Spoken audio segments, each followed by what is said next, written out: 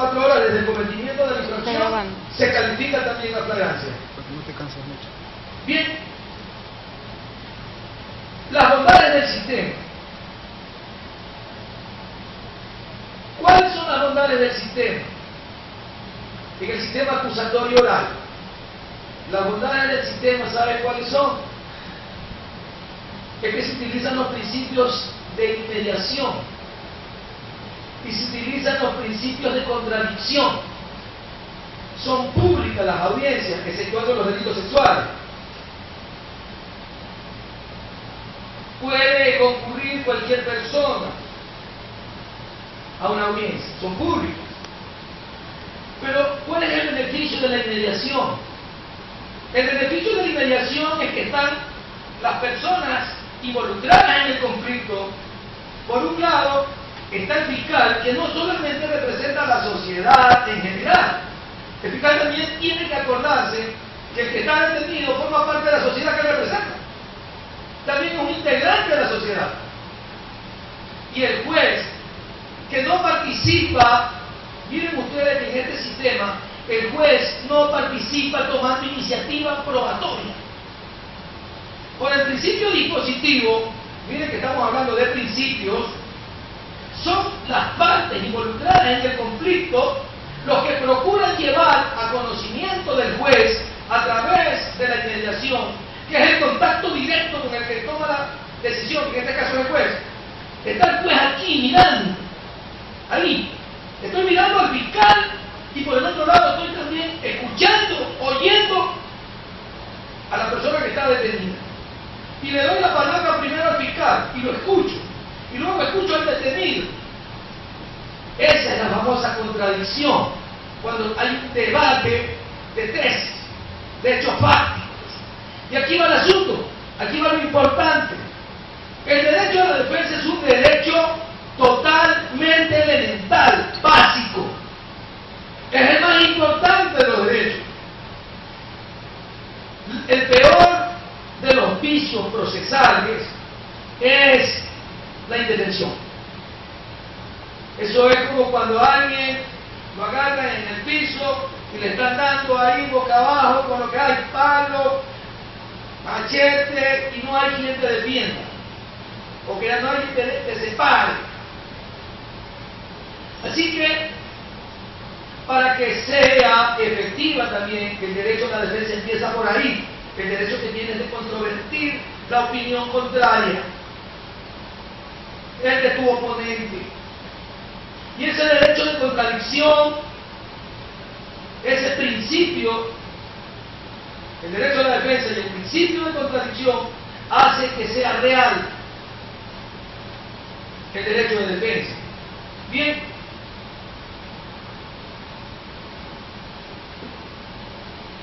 ¿qué ocurre? Seguimos hablando toda la audiencia.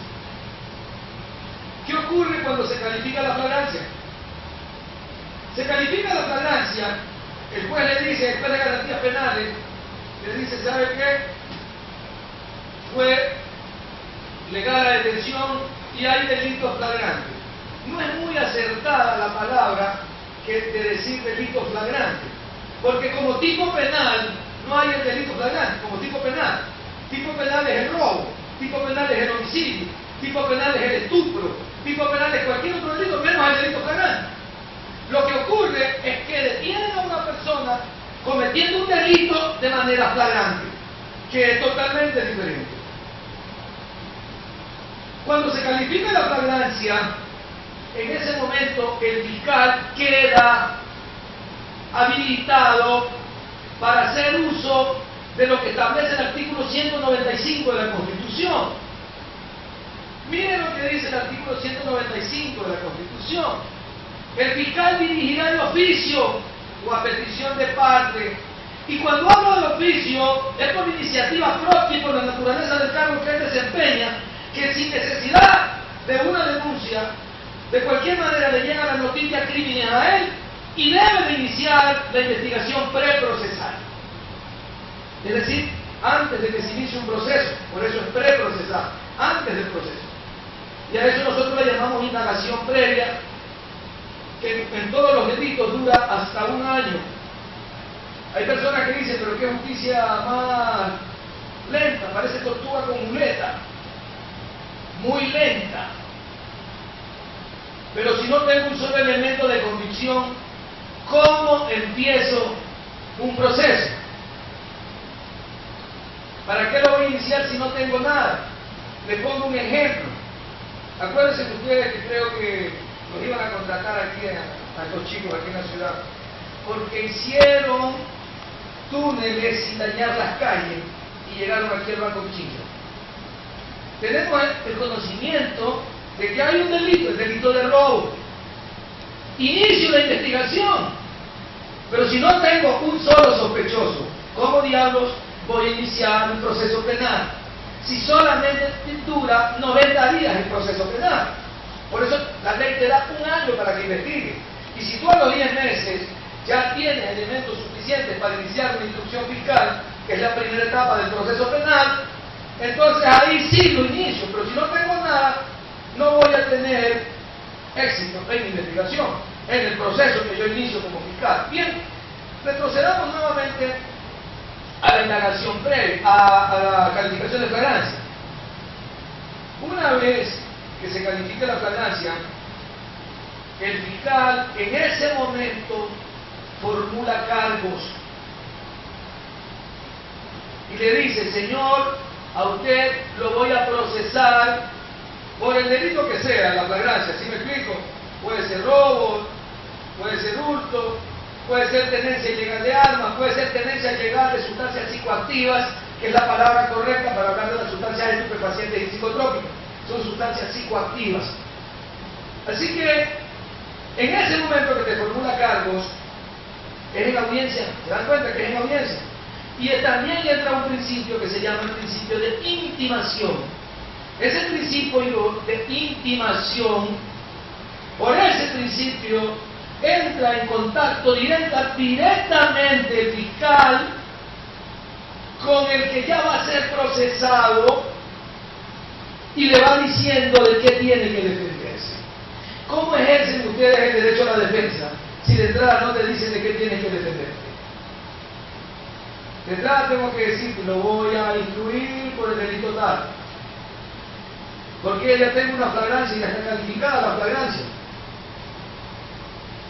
Y una vez que yo formule cargos como fiscal, en ese momento se inicia, y sobre ese tema no me voy a profundizar porque la colega que sigue después de mí me va a hablar sobre la prisión preventiva, que en mi concepto es uno de los temas más apasionantes, si se puede decir, más controversiales para llegar a un diálogo jurídico, a un análisis concienzudo de cómo se está utilizando esta institución, que es una medida cautelar, pero gravísima, porque te priva de la libertad a una persona que todavía no ha sido declarado culpable y ya te mete a la cárcel. La única manera de estar preso, en materia penal estoy hablando, es cuando en un tribunal te han declarado culpable, después de que yo te he dado toda la oportunidad para que te defiendas, y no logras mantener incólume el estado de inocencia, se destruye el estado de inocencia, el fiscal te gana, entonces, ¿qué pasa? Ahí puedo ir a pagar una condena, pero mientras tanto, si no soy culpable, ¿por qué tengo que ir preso? Eso se lo voy a explicar aquí la abogada Gina. Bien, aquí va el tema que todos en audiencia. Calificada la flagrancia, te formula cargo el fiscal, te dice por qué debes defenderte, y empieza la primera etapa del proceso penal. El proceso penal es un todo, pero está dividido en etapas. Tiene la etapa de instrucción fiscal, tiene la etapa intermedia, la etapa de juicio y la etapa de las impugnaciones. Cada una tiene, desde luego, su propia característica. Y cuando hablamos nosotros de la instrucción fiscal, que se inicia teniendo como antecedente la calificación de flagrancia en audiencia pública oral y contradictoria, solo dura 30 días. Cuando alguien lo agarra con el queso en la mano, la instrucción fiscal solo dura 30 días. A diferencia de cuando no se encuentre con Cuando la instrucción fiscal tiene como antecedente la aperturación de algo que se denomina indagación previa. La indagación previa puede durar hasta un año. Si en ese año no tengo elementos, debo archivar. Pero si a los 10 meses de investigación, 8 meses de investigación, tengo elementos suficientes para iniciar una instrucción fiscal, entonces como fiscal me decido ¿a qué? A iniciar la primera etapa del proceso penal, que va a durar 90 días, pero también puede durar menos. De repente yo como fiscal tengo 10 meses investigando, tengo casi todo. Le digo, señor juez, necesito que me señale una audiencia, y esta audiencia se llama audiencia de formulación de cargos. Así se llama, audiencia de formulación de cargos. Y en esa audiencia de formulación de cargos, igual que cuando califico la flagrancia, te debo decir por el principio de intimación de que debes defenderte, puedo pactar con el juez y decirle, señor juez, no quiero que dure 90 días, quiero solo 60 días. ¿Por qué no necesito ya más tiempo de investigación si ya investigué 10 meses? Y me quedan por hacer son pocas cosas. Es importante saber que en la indagación previa se hace de todo. Pueden hacer allanamientos. También es importante que sepan algo, y lo van a encontrar en el artículo 215 del Código de Procedimiento Penal, que es importante que conozcan. En la indagación, antes de continuar, quiero también establecer de manera nítida que en este sistema acusatorio oral es un sistema adversarial. Por un lado, tengo al fiscal, que se encarga de la investigación. Por este lado tengo al sospechoso a quien se está investigando. Pero en medio tengo una persona que garantiza los derechos tanto del investigado, sospechoso, procesado, como también de la sociedad entera. Y es el juez de garantías penales. Por eso se llama juez de garantías penales. Él garantiza el derecho de las personas que están involucradas en un conflicto penal. Así que cuando el fiscal quiere entrar al domicilio de cualquier ciudadano que habite la República del Ecuador, el fiscal, si no se trata de un delito flagrante, tiene la obligación de pedir autorización para entrar a ese domicilio. El artículo 66 de la Constitución establece que el domicilio de los ciudadanos es inviolable. Y espero que también tengan claro el tema, que no es lo mismo allanamiento de domicilio con violación de domicilio. El allanamiento tiene una orden judicial que permite excepcionalmente ingresar aún en contra de la voluntad del dueño de ese domicilio. Debo demostrar una orden y la da un juez de garantías penales. La violación de domicilio es cuando cualquier persona entra sin una orden de allanamiento. Puede ser la policía, el ejército, un juez. Quien entre y no lleve una orden emitida por un juez competente, si ya no es allanamiento sino violación de domicilio, lo cual constituye un delito grave. Bien, en la indagación previa se pueden realizar muchos actos. Se pueden, ¿sabe qué? Interceptar llamadas telefónicas. Se pueden intervenir los teléfonos. Siempre con orden judicial.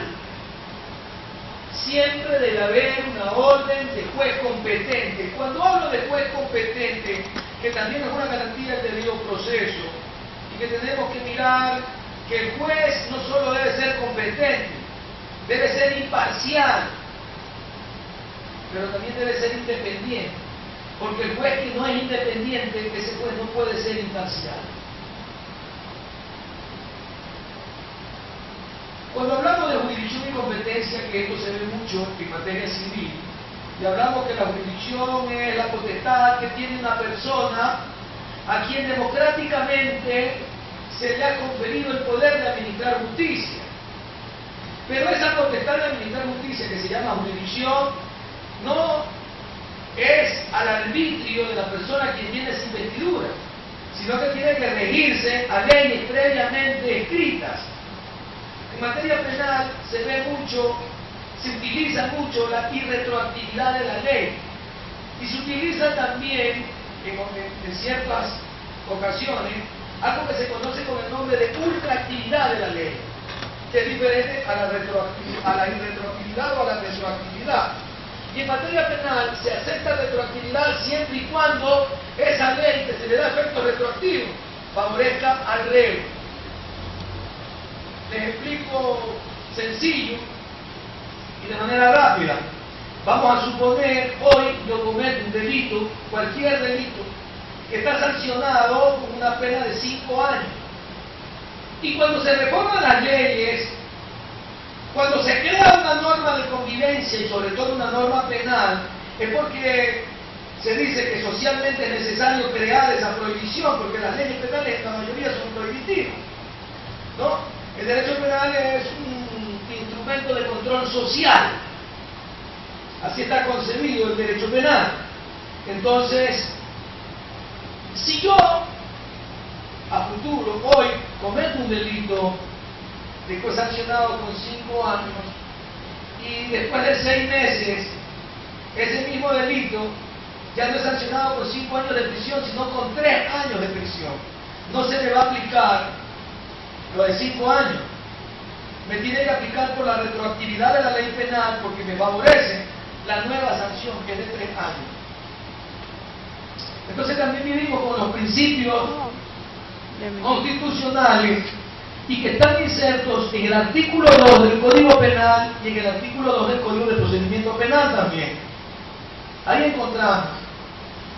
¿Qué ocurre en la indagación previa? En la indagación previa se puede privar la libertad ambulatoria de una persona hasta por 24 horas. Verá que aquí va la diferencia, y son términos que nos llevan a confusión. Por eso ustedes escucharán a muchas personas que no tienen conocimientos en materia penal, que confunden la detención con la prisión preventiva, con el arresto domiciliario y con el cumplimiento de la pena.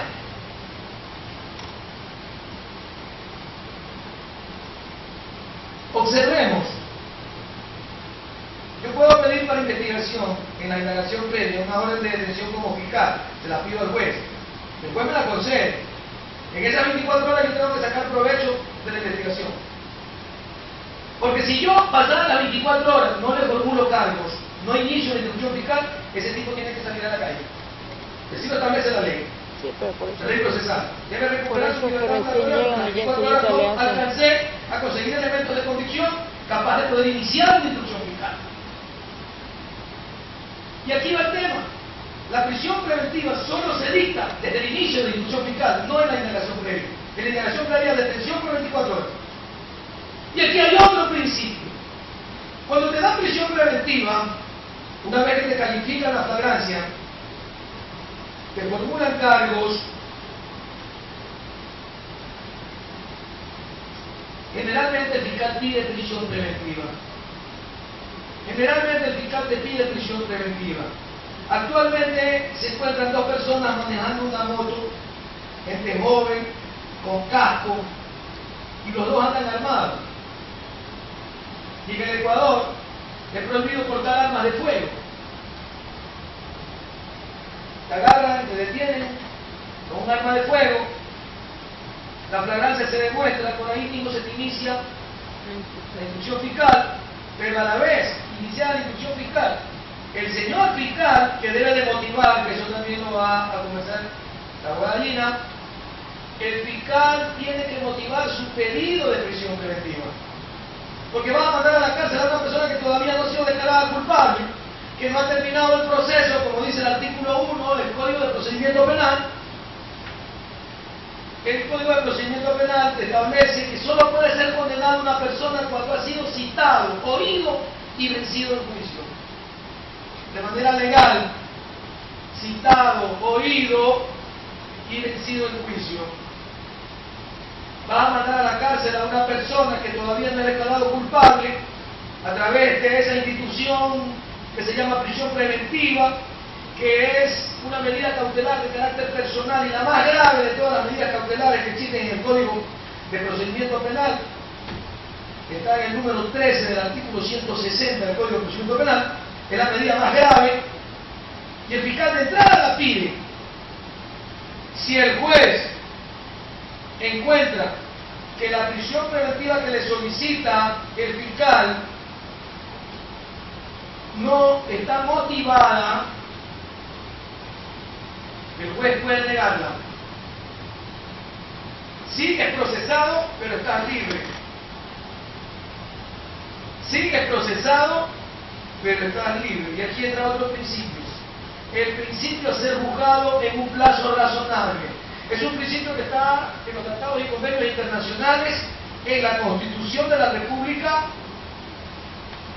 ¿Y qué te dice ese plazo razonable de juzgamiento?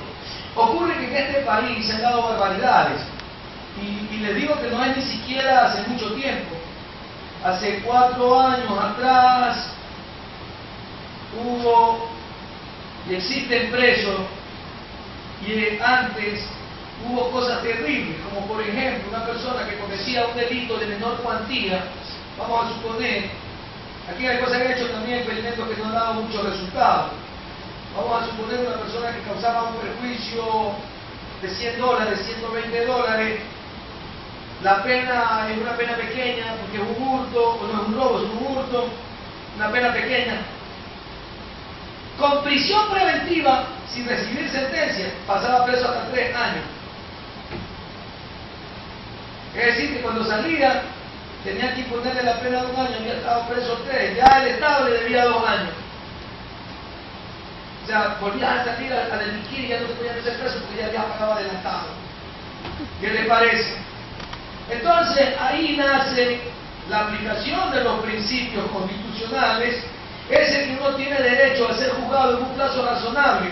Si se dicta prisión preventiva en un delito reprimido con prisión, no puede durar más de 6 meses.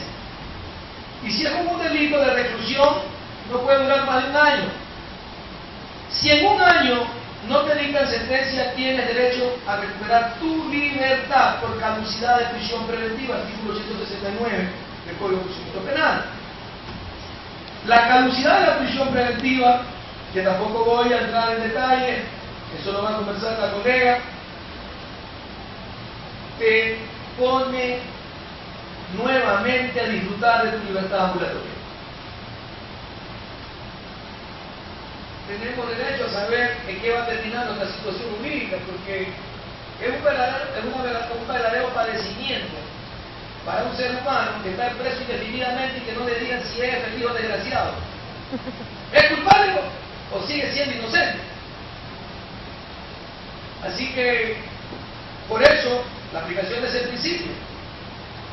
Bien, aquí hay una cosa interesante, creo que se me está agotando el tiempo. No siempre se dicta prisión preventiva. Existen otras medidas cautelares. ¿Por qué debo meter preso a alguien que todavía no me he encontrado culpable?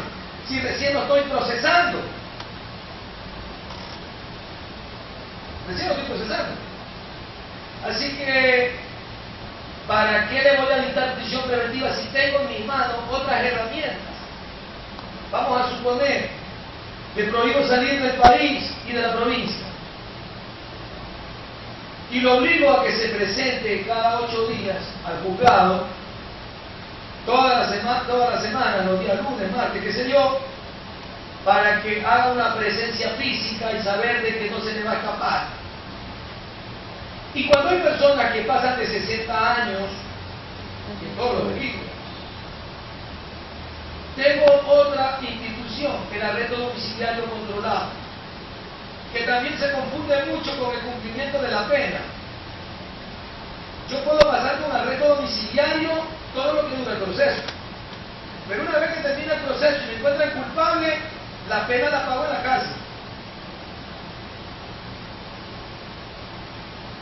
Ya los tiempos han de mejorar y también puede haber cumplimiento de pena de esa manera.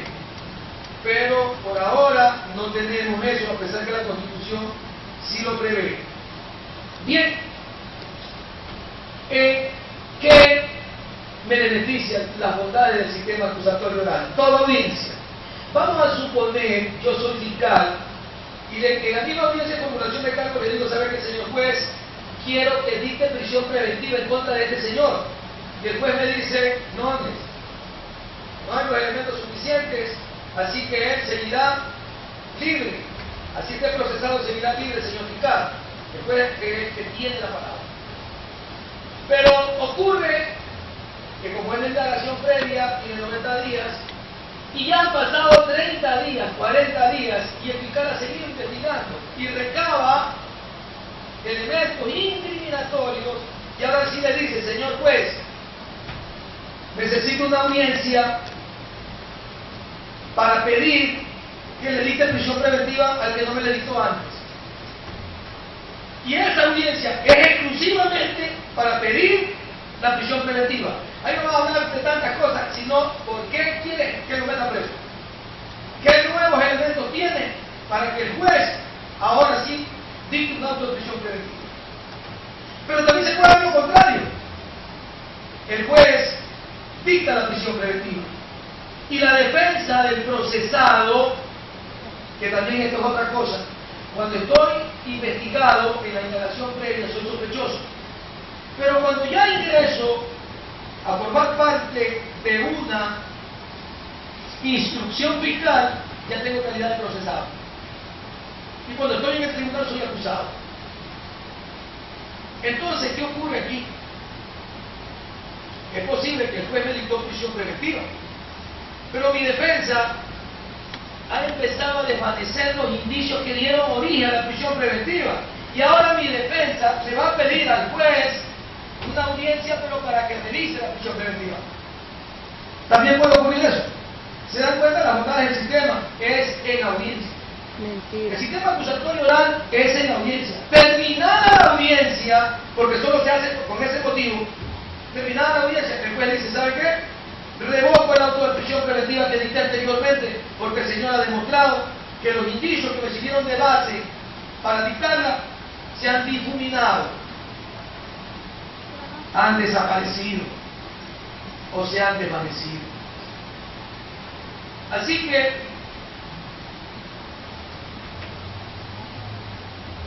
todo es audiencia. Y puede ocurrir también que el señor juez dicte el auto de prisión preventiva de inicio de instrucción fiscal. La dicta, pero yo también, como procesado, que ya soy procesado, puedo pedir ante el superior, que son las salas de la corte, un recurso de apelación. Si el juez dicta la prisión preventiva de entrada en instrucción fiscal, yo puedo apelar de esa prisión preventiva. Y si yo logro convencer a los jueces de corte, que son jerárquicamente superior al juez de primer nivel, si los logro convencer en audiencia, los jueces de la corte provincial, de las salas penales, van a decir, ¿sabe qué? Usted tiene razón, señor, el juez se excedió, revocamos la prisión preventiva. Y la orden de prisión que dictó el juez queda sin efecto. También puede ocurrir que el juez no la dicte la prisión preventiva. En este caso, el fiscal apela. Y si el fiscal apela ante la sala de la corte, convence a la corte, la prisión preventiva que no dictó el juez de primer nivel, la dictan los jueces de instancia superior. Cuando una indagación previa es bien investigada, la instrucción fiscal ya poco o nada se hace. Una instrucción fiscal, 90 días, 90 días que va a durar una instrucción fiscal. Puede ocurrir lo siguiente. En la indagación previa, yo tuve 5 sospechosos, investigué a 5 sospechosos y me decidí a iniciar la instrucción fiscal solo contra 3. A los otros 2 los dejé fuera. Pero faltando un mes para ya culminar la instrucción fiscal, me doy cuenta que a los 2 sospechosos que dejé tienen que ver en el caso, porque ya recabé más elementos. Y ahora sí, los voy a ingresar a esa instrucción fiscal. ¿Cómo los ingreso? Todo es audiencia. Pido al juez, en mi calidad de fiscal, que me fije una audiencia para vincular a estas personas que las dejé fuera antes, y es en audiencia que yo le voy a formular cargos a ellos, en audiencia. Es arriba de nuevo, una nueva audiencia, y los meto ahí, y a la vez también puedo pedir prisión preventiva para ellos, que antes no la había. Y se repite el mismo procedimiento. Se extiende 30 días más la instrucción fiscal. Estas son las bondades del sistema acusatorio oral. Todo se decide en audiencia. Todo. Anteriormente, culminada la instrucción fiscal, el fiscal tenía que emitir un dictamen fiscal, pero este dictamen fiscal era por escrito. Y ese dictamen fiscal que te llevaba por escrito, el juez cuando lo recibía, lo ponía en conocimiento de la parte, que el señor procesado conozca lo que está pasando. Usted lo leía, actualmente no. Terminada la instrucción fiscal, se inicia una etapa que se conoce con el nombre de etapa intermedia. Es una etapa depurativa, es una etapa de saneamiento, porque en ese momento el juez va a darse cuenta si el proceso es válido o si tiene vicios que afecten su validez. Y en esa audiencia, que se llama audiencia preparatoria a juicio, el fiscal presenta su dictamen pero no por escrito, porque todo es oral. Pero a veces tenemos la mala costumbre que no siempre es muy oral, sino que te llevan el chupisebe, el pendrive. ¿Se acuerdan del chupisebe en la sentencia esta de Paredes? Que dice que le llevaron en un pendrive la sentencia hecha ya. Muchas veces llevan un pendrive y se habla, pero ya está ahí la intervención. Actualmente, el fiscal tiene que sustentar su dictamen de manera oral, y luego a la defensa le corresponde contraatacar ese dictamen, tratando de convencer al juez de que no dicte auto de llamamiento a juicio. Y voy a concluir, porque creo que ya está. Voy a concluir diciendo, terminada la etapa de instrucción fiscal, empieza la etapa intermedia. Y esa etapa intermedia sirve para terminar de manera anormal un proceso penal. ¿Y por qué hablo de manera anormal? Porque un proceso penal de manera normal debe de terminar con sentencia condenatoria. Porque si yo inicio un proceso penal, me decido, es porque yo tengo que tratar de que reciba el castigo la persona que cometió el delito. ¿Para qué voy a iniciar un proceso si al final de cuentas voy a decir, ya no lo acuso? De manera normal, un proceso penal termina con sentencia condenatoria. De manera normal. Y de manera no normal, termina cuando se dicta un auto de sobreseimiento. En la etapa intermedia, al juez le quedan 3 caminos cuando el fiscal presenta su dictamen, y todos en audiencia. O hay nulidad que declarar, declara nulo el proceso en todo o en parte. Pero si el proceso es válido, entonces el juez, más que seguro, te va a llamar a juicio. ¿Qué es llamar a juicio? Es trasladar la competencia del juzgado a un tribunal penal donde te van a hacer una audiencia de juzgamiento y ahí sí te van a sentenciar. El juez no dicta sentencia. Quien dicta sentencias en los delitos de acción pública son los tribunales de garantías penales. En Manaví existen 6 tribunales de garantías penales. 12. Existen 3 en Puerto Viejo, uno en Bahía, uno en Chone y uno en Manta. Así que cuando te dictan auto de llamamiento a juicio, el proceso penal va normal. Pero cuando te dictan auto de sobreseimiento, que es una manera de terminar el proceso penal, ya no es tan normal porque no terminó con una sentencia condenatoria. Bien, de tocarme continuar con este tipo de conversación que tenemos, hablaría más sobre la etapa intermedia y sobre la etapa de juicio. Pero para eso se necesita una nueva fecha, un nuevo tiempo. Creo que lo que hemos conversado aquí hasta la etapa intermedia de manera general es lo más, no podríamos decir que es tan relevante, pero es lo más básico, es lo que uno debe de tener como conocimiento básico. Aunque si están aquí asistiendo para escuchar temas penales, que es porque les interesa el ámbito penal. Y sería importante conversar mucho más profundamente sobre las bondades del sistema acusatorio oral en las audiencias, cómo se desarrollan las audiencias, cómo se hace efectivo el principio de contradicción y sobre todo la aplicación de algo que no se ve en lo civil. Hace aproximadamente un año, solo para darles un ejemplo, el artículo 168 de la Constitución obliga que en todas las materias, es decir, civil, laboral, debe ser mediante el sistema acusatorio oral.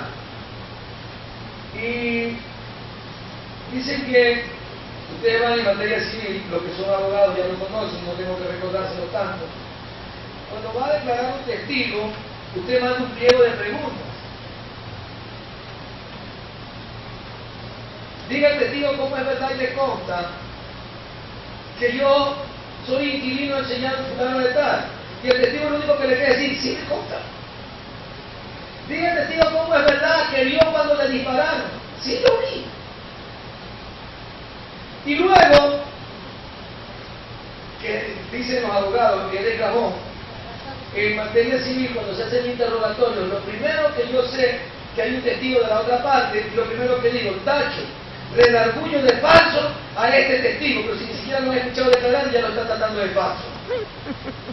Y mandas un pliego de preguntas, y cuando tú le dices al juez, señor juez, quiero que se haga efectivo mi derecho a repreguntar al testigo. Claro, repregunte, pero mándenme las preguntas por escrito. Se pierde la inmediación, se pierde la contradicción. El papel no colorea. ¿Saben qué es eso? Que el papel no colorea. El papel no lo puedo someter a un interrogatorio, no se pone pálido, no se pone colorado, no se pone tembloroso, no suda. Y no está sujeto a la psicología del testimonio. Estas son las bondades del sistema acusatorio oral, porque por la inmediación, la contradicción, tú tienes ahí al testigo y tú lo escuchas y le preguntas directamente, con se llama interrogatorio directo. Le preguntas con un interrogatorio directo y no le vas a decir, diga cómo es verdad, sabe y le consta. Vas a preguntarle, ¿usted qué vio tal día? Claro, le vas a decir que usted vio que el señor llevaba el arma en la mano. Eso es una trampa. Es una pregunta tramposa. Es una pregunta subjetiva que lleva su propia respuesta. Y por eso en la contradicción, en este sistema, tienes la ventaja que tu contradictor va a objetar y va a decir, objeción, esa pregunta debe reformularla. Y en materia civil no tienes esa ventaja.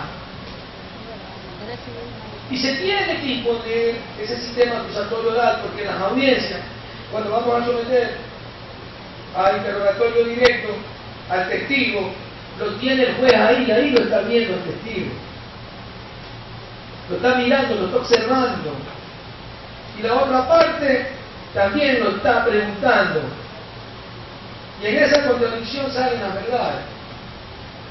Un abogado, con esto quiero terminar, están obligados a litigar con el tiempo casi todas las materias bajo el sistema acusatorio oral. Y el abogado que no se prepara en eso, poco a poco va siendo menos abogado. La nueva generación de profesionales en abogacía debe de forjarse en nuestras universidades y en todos los centros de educación, pensando en que el litigio es más rápido en audiencias en el sistema acusatorio oral. El que no está preparado bajo el conocimiento de los principios de cómo funciona esto en la audiencia, tiene menos posibilidades de éxito en el ejercicio profesional. Acuérdense que hace mucho tiempo, y eso nos ocurre siempre, ni bien estamos matriculados en la universidad y nos dicen ¡abogado! Y hay uno que dice ¡hola, qué fue! Y también me hacen otros están en la casa mirando la televisión y cualquier cosa que sale, tu familia, tus amigos te dicen, a ver abogado, ¿usted qué opina de eso? Y si hablas mucho, te dicen, tú naciste para abogado, tú sí hablas lindo. Ahora, hay que hacer efectivo todo eso. Es decir, utilizar el verbo, que es la palanca, la palabra es la palanca que ha movido la humanidad. Señoras y señores, gracias por haber escuchado.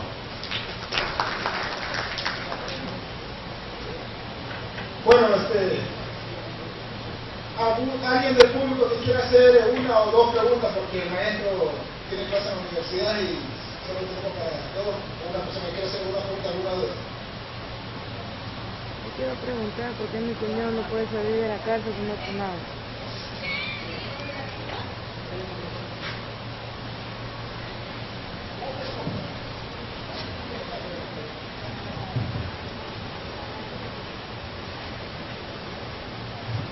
Buenas noches, abogado. Yo escuché que usted habló acerca de un tema, habló de la irretroactividad de la ley, pero también mencionó que hay un aspecto en el campo penal donde también se aplica la retroactividad. La ultraactividad. Ultraactividad. Explíqueme un poco el tema. Ya, es lo contrario de lo que es la retroactividad.